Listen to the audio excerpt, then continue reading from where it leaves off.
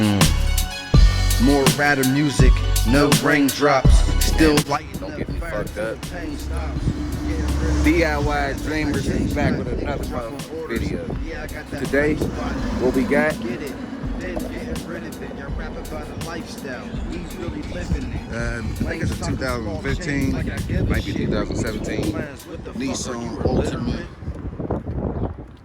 I wish he would let me clean it, but you know, whatever. It is an SV package. What we're gonna be doing today are the rear brakes.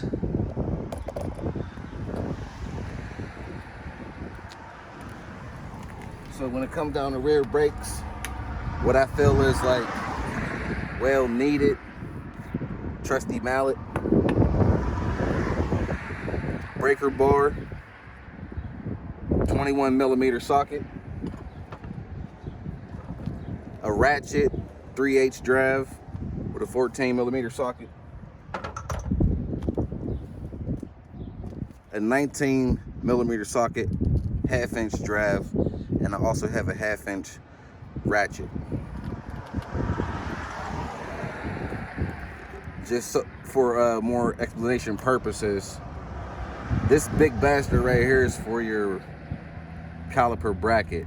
If you're not doing rotors, don't worry about this. But if you're doing your rotors, you'll need this. So first thing first, we're gonna get the caliper off, and then we're gonna get the caliper bracket off.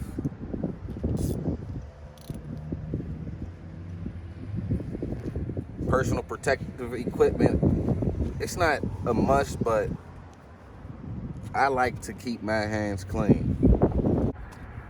When you don't want to waste time, you can't go wrong. And if you got the time, spray this before you start your job.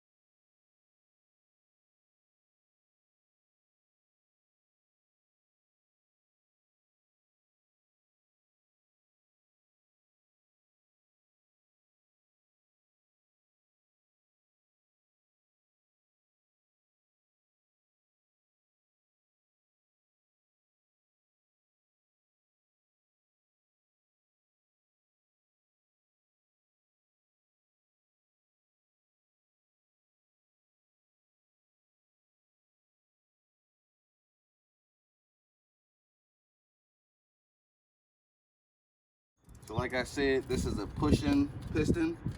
So I'll be getting a C-clamp here pretty soon. I'm going to use the old brake pads to help me push that piston back in.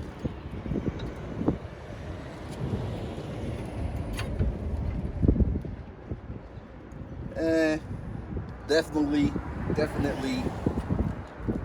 was the right time. They weren't into the rotor yet, but she did buy the rotor, so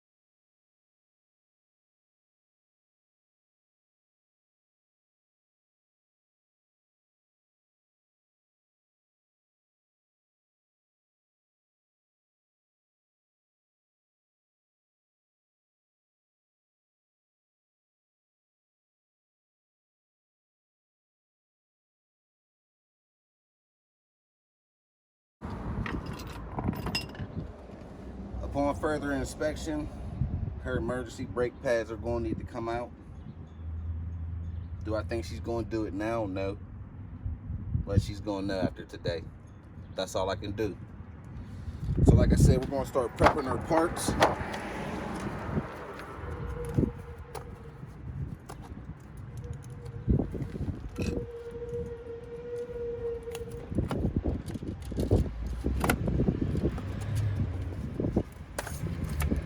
Like I said, new slides.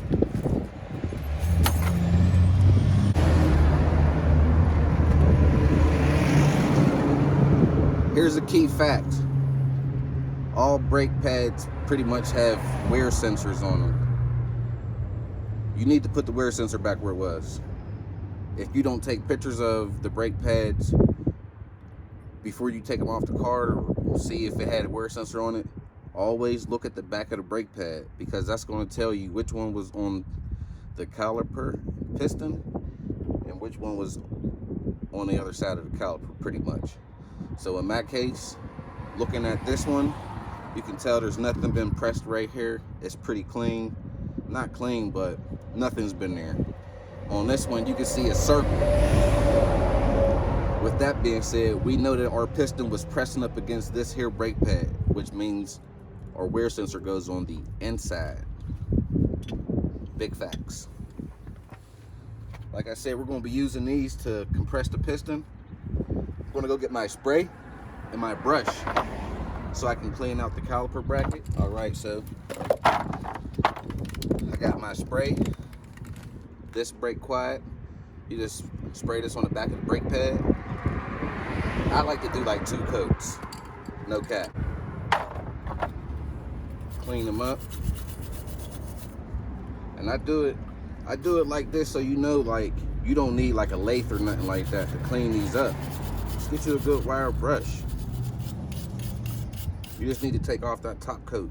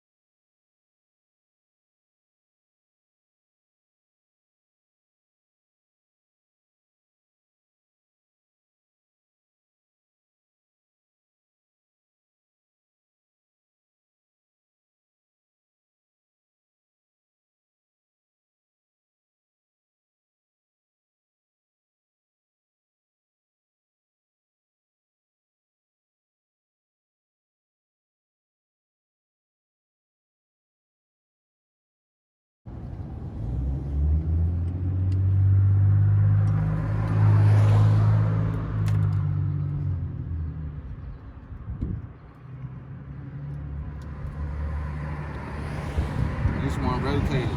Anytime you get a hard time doing this, you might need a caliper. That should not be hard to do.